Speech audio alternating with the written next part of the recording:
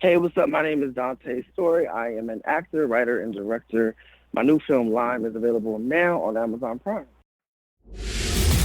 Welcome to another episode of the Man Cave Chronicles. Welcome to the party, pal! You're my boy, Blue! Yo, Adrian! A podcast with interviews of amazing guests from the world of pop culture. Oh, yeah! TV. Nice! Movies. Oh, I love the movies! Comedy and more. From deep inside the Man Cave, your host, Elias. Dante, welcome to the cave. Hey, what's up? Thanks for having me. How are you, my friend? What's new with you? I'm good. You know what? I feel like there's something new every day.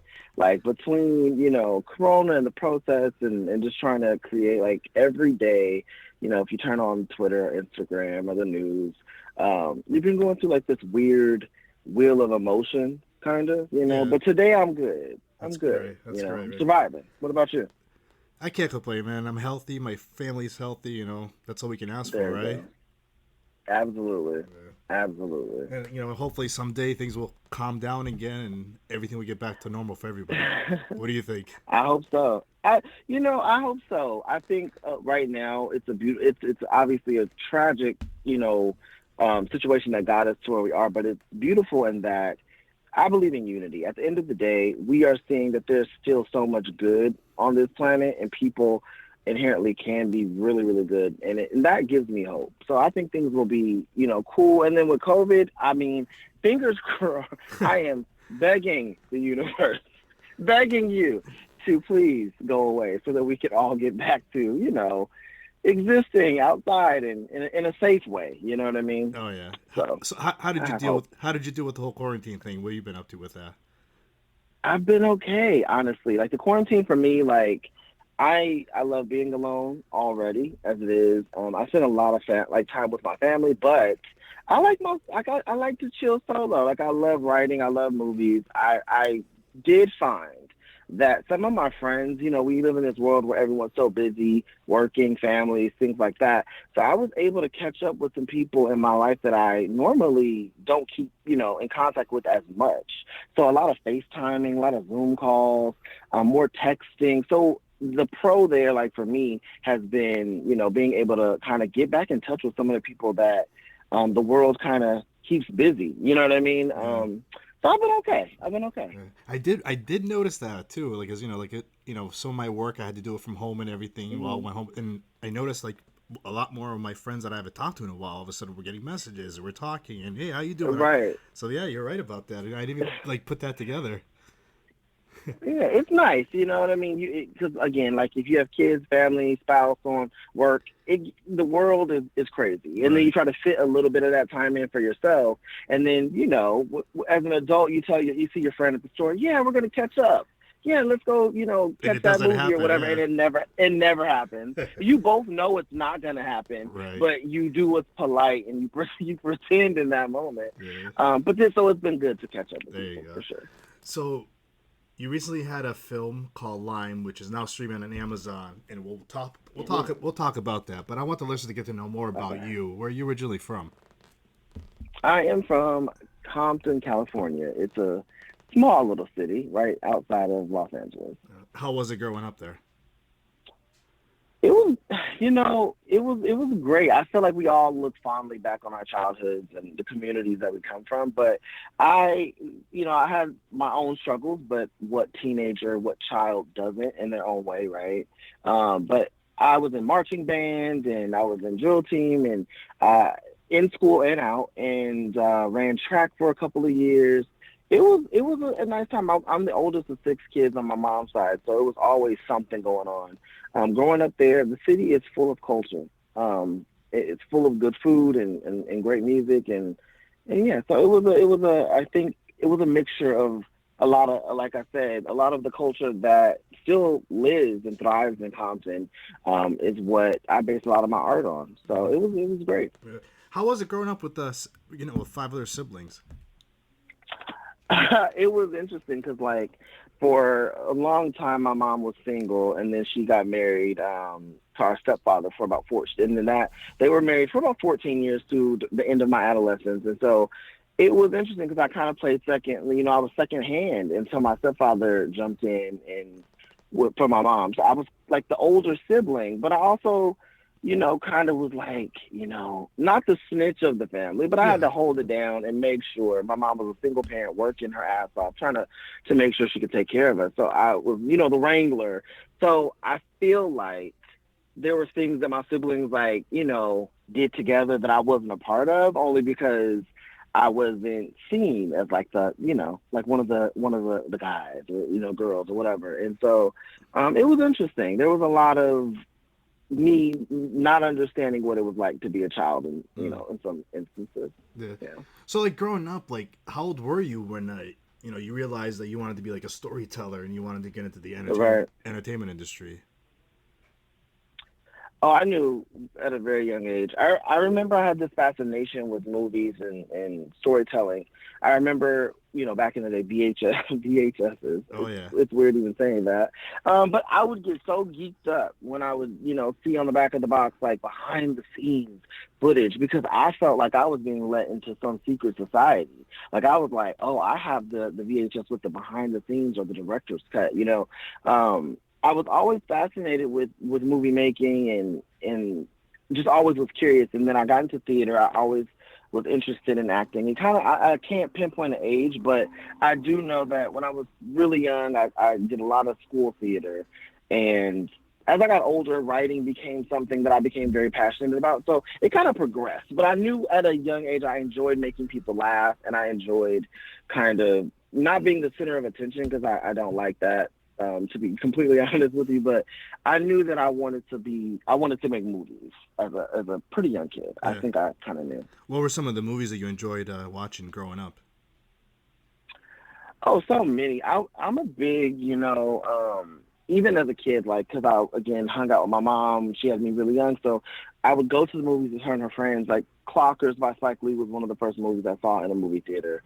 And I remember and it's wildly inappropriate for a child, but I remember begging her for that VHS when it came out, and she got it for me. That was the first time I saw it by Spike Lee. And as a kid, of course, like, I remember seeing Jumanji, for instance, and I was blown away because I knew that what I was watching was fake, but I was really I was in the theater like, well, I wonder how they did that. Like, how do you do this? And so that was one of the movies I watched over and over and over for many years. I think a plethora, but I was really big into the Clockers, anything Spike Lee, and Jumanji was one of the fun ones.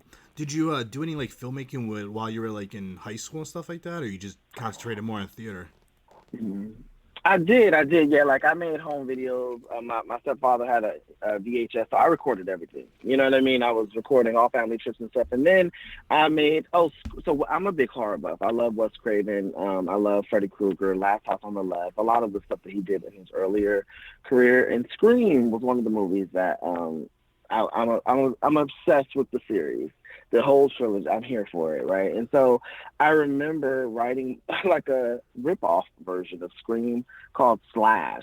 And I forced all my friends, I was like, you know, you guys should come over, you know, to hang out. I knew all along that I was going to force this project onto them, and because they were so great, they did it. So I did that type of stuff growing up, and I didn't get really heavy into directing or trying to until college. Actually, I was more focused on like acting and plays and stuff like that in high school.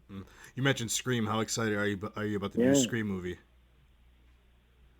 I'm gonna be honest. I don't know how to feel, and anyone who's seen Scream 4 will understand that answer. You know, here's the thing. I think like Wes was trying to breathe life into something that you just couldn't replicate what you did with the original trilogy and the original cast, and how fresh Scream 1 was when it did come out back in '95. But then I've read who's involved in the new one, and it's pretty intriguing. I think that they're going to go in a totally different direction, which I think the franchise, you know, will possibly benefit from. So I'm on the fence. I need to see more. I need to, you know, wait till I see something. So when you told your family that you wanted to get into like the entertainment world, how did that go? What was the reaction of your mom and your stepdad? Yeah, my mom was 100% into it. Anything that I needed, she was open to supporting. I lived for a little bit. We actually lived in Hollywood, right next to Paramount Pictures for several years. Oh, wow. And so I grew up looking at the water tower. I grew up, daydreaming about being on that set. And every time we would walk by, I would ask her the same questions about the studio and how to become an actor. And she kindly would answer them every time. And then I actually grew up to do some extra work on shows that were filmed there. So I did that as a teenager, and she was super supportive. So I had a really, great support system when it came to that. Mm. So you went to California State University for like acting and filmmaking. Now, like, how was your time at that? It was cool. Honestly, I was there and I copped out. Like, initially I was like, yeah, I'm here, to be this filmmaker, and that's great. And then I got there and I think I was like, shit, like, these people are really good. Like, some of these kids are really good. And it kind of discouraged me because I wasn't as confident in my voice and what I had to bring to the table at that time. So I kind of backed off and, again, just dove into the acting piece because I felt like, well, I'm just here to recite the words. I'm just here to be a part of the puzzle, not like, actually design the puzzle. So it was intimidating initially. And then I started to hang out with some of the film students, outside of class and, share some of my scripts and shorts. And that's when I really started to find my individual voice. Once I started to like open up a little bit more. And then like, by doing that, I was sharing the work and getting feedback from people who didn't owe me, any positive, feedback or reinforcement, but people seemed to like what I was putting on the page and ideas that I had, and I was like, okay, maybe I am actually good at this. And so it was a growing experience. You know what I mean? Yeah. It wasn't always easy, but I appreciate it. So like, after going through all that, like, what was your goal? Like, what did you like say right away? Like, okay, I'm gonna go into film, or I'm just gonna write. Like, what was like your main goal? I didn't, to be honest, I didn't have one. I knew that I wanted to tell stories. I love people I love for instance, like Jamie Foxx or Queen Latifah. They do a little bit of everything. They write, They produce, they act, they sing, they do all these things. And I don't believe that there's a right way to do anything. You know what I mean? Like, I think earlier in like the 90s and even before that, you read all these books about like how to be the best writer, how to be the best director, or how to make it in Hollywood. And there's no real rule book to this, like, especially now with the internet. So I just knew that I wanted to create and I wanted to act sometimes. Sometimes I wanted to write, and maybe sometimes I would even direct. And then I learned that I had strengths when it came to producing, like putting, gluing all of those pieces together. And that's when that's what I did with Lime. I wore several hats, but I don't think leaving college, I knew what I wanted to do. Like, I was like, all right, I'm going to intern, I'm going to audition, I'm going to do plays, I'm going to just try to, get my foot in the door. And that's really how it all started for me.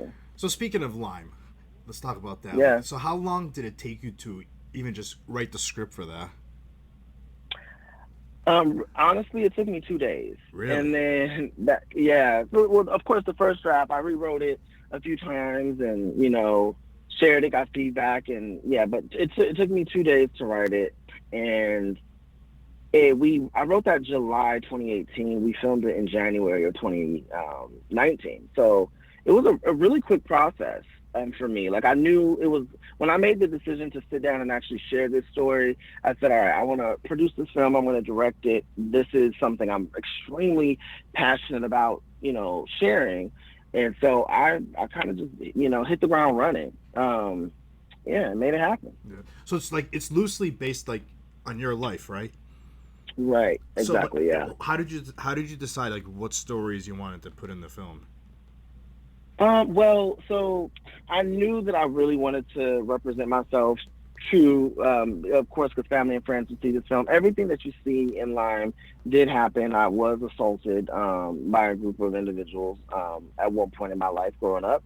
And later on, I was able to, actually resolve some of the issues with two of the young men that were a part of that. And they did tell me it was for no real reason outside of the fact that they just didn't like me or, just had their ideas about who I was, and they were being young, and it was unfortunate because that definitely affected me in a major way. And so when I like stories like that. Like I knew I wanted to tell a story about overcoming adversity, living in your truth, and I felt like what better way to live in my truth than be extremely vulnerable here and sharing some of the things that still kind of haunt me, and face that head on.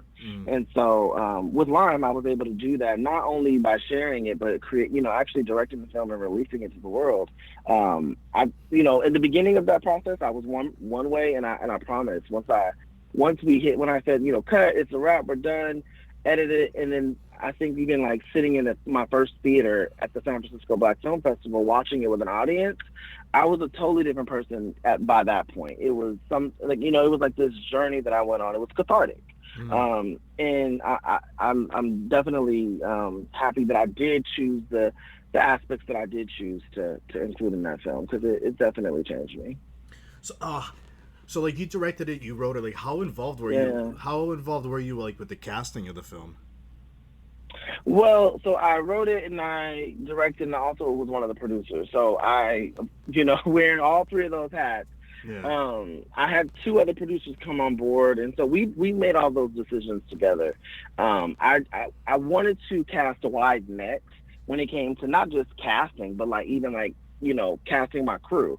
I only knew the two producers going into this project. I didn't know any of the actors. I didn't know my cinematographer before this, my editor, and nobody. It was something I made a decision about early on. I said, you know what? I want to build new relationships, and I also want to be the king of this castle. I'm going to drive this ship, and I really want to bring people on board that are just as passionate about this story as I am. Same thing with the actors. Everybody showed up and, gave their best. We filmed that movie in 2 days, pretty long days, and everybody, I'm so grateful for that experience, because the actors, I didn't know them. You know what I mean? I was judging them based on audition tapes, and I'm like, this is, I'm a new director. You don't owe me any favors. I hope you show up, and everybody showed up and showed out. So I was very involved in the casting process and any, decision-making process, even with set design and, or production design rather. So yeah, I was pretty much all in, knee deep. So you went back to Compton to film this. Like how did it make you feel visiting, pretty much going back to your history and living there and everything? It was, like I said, it helped heal. I think I went in even when we were scouting, and I felt this sense of pride. You know what I mean? I hadn't been there in so long just because I'm an adult now. I live somewhere else, and all my family pretty much has moved away from there. So I don't have a reason to visit as often, but it was extremely welcoming. It felt good. I was really nervous to return, but I remember when we filmed the movie, everyone we encountered, old, young, even, the people in the neighborhood when we were filming with the drums at 6 a.m. on a Sunday morning were so supportive of what we were doing. So any worry that I had, going back, because I didn't know how I would, feel to be there, because it's been so long, was washed away. It was so much support and love from the community. It was great. It felt good. So the movie's been getting great reviews from the festival circuits and everything. How did that make you feel after people watched it and they loved it? They're digging it, right? Yeah, you know what? It makes me feel good. Yeah. I read a quote when I was young, be the person that you needed when you were a kid. And I really feel like that's what I'm doing. That's what I did with Lime, and that's what I want to continue to do as a writer or a producer or director or even an actor. Being a person of color, I want to tell stories that center us, and even sometimes some stories that don't. But I definitely know that it's my responsibility to be, I'm trying to word it I'm proud of the work that I did, but I'm more proud that there are people who feel, you know what I mean? All the reviews and the people that I met at the festival, people are feeling, and that's really important to me. It's bigger than just oh, that was an inspiring story. It's something that people are really enjoying on a larger level, so it makes me feel good, really good. How did you come up with the title? Good question. So Lime is actually the name of the street that I grew up on, and it's also there is the rare sweet limes in Egypt and Africa and certain parts of Africa, and I wanted to to find a title that represented the community that I grew up in, which was Compton, California, but also tied in my Blackness. This is definitely me starting a conversation or a dialogue about, bullying or homophobia or a number of things within our own communities. Oftentimes, we cast a wide net and we want to change the world, but I believe that you change the world by starting or having those hard conversations with the people that you love. And sometimes they don't, necessarily agree with, how you feel. And that's where you start. And so that's why the movie's titled Mine. That's the street I grew up on. And again, I'm addressing the people that I grew up with, the communities that I grew up in, and because it's who I am at the core. You know what I mean? Yeah, that's awesome. So that's where the title came from. So like I mentioned, you're a filmmaker. Like, what do you tell Right. what do you tell future filmmakers that come up to you and they ask you for like advice? I tell people, those for those who have asked, I honestly say, tell stories that you get excited about. When you're an independent filmmaker, it costs a lot of money to make movies, a lot of time, a lot of stress. If you don't get excited about something, don't do it. You know what I mean? Tell stories that are important to you. Tell stories that are true to you, because you're the only one who can tell those stories.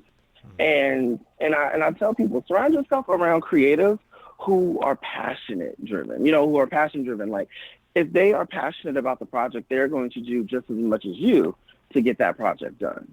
So that would be my advice to anybody wanting to dive into this business or, direct a film. Really tell stories that only you can tell and that you truly care about, because then it's easy.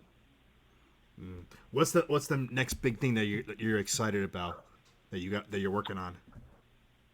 I am working on a few things. One of the films I am actually very close to filming, hopefully in a few weeks when things are up and running again, is a film called Dooley Does Murder.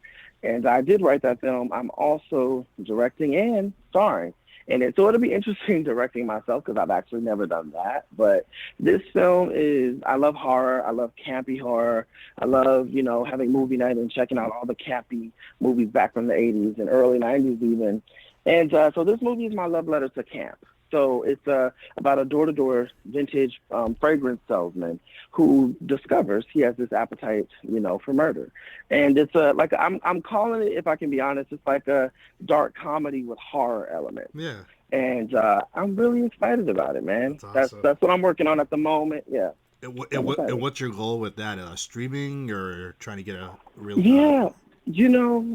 Yeah, streaming right now. I feel like with everything that's going on, if anybody, don't get me wrong, I love movie theaters, right? Love them. Cannot wait to go back to a theater with a large popcorn and just, check out whatever next big blockbuster is hitting the screen, right? But streaming has really, obviously, it's been killing the game. But it's proven to, especially right now with quarantine and everybody like not being able to go to the theater, it's proven that it can actually hold its own, and you can reach so many more people on a streaming platform. So I'm definitely targeting the streaming space with this project. What's your favorite streaming platform right now? I'm watching a lot of stuff on Shudder at the moment, but I'm not gonna lie, I jump through all of them. Yeah. Like, I'm on HBO. I also have Hulu. I have Netflix. It just depends, because I'm literally like invested in different shows on each streaming service. So Right. I can't really pick, but I'm watching a lot of scary stuff on Shudder at the moment. Yeah. I have friends that are horror fans and they love Shudder. Shudder's good. Good stuff. Really good stuff. Dante, how can the listeners find you on social media? They can find me on Twitter and Instagram at Donta Storey, DontaStorey. All right, and then your film Lime is on Amazon streaming. Is it available anywhere else? It is. It is on Urban Flix TV. It is also on SVTV, and you can also visit limethemovie.com to check out the movie. All the links are there. So yeah, All right. that's where they can check it out. Dante, thank you for coming on the show. Thank you, man. Thanks for having me. I appreciate you. That's a wrap. That's a wrap, everybody. That's a wrap. Thanks for listening to the Man Cave Chronicles podcast. I finally get my man cave. You can find us on Twitter, Facebook, and Instagram at the MCC Podcast and our website, themccpodcast.com. Until next time.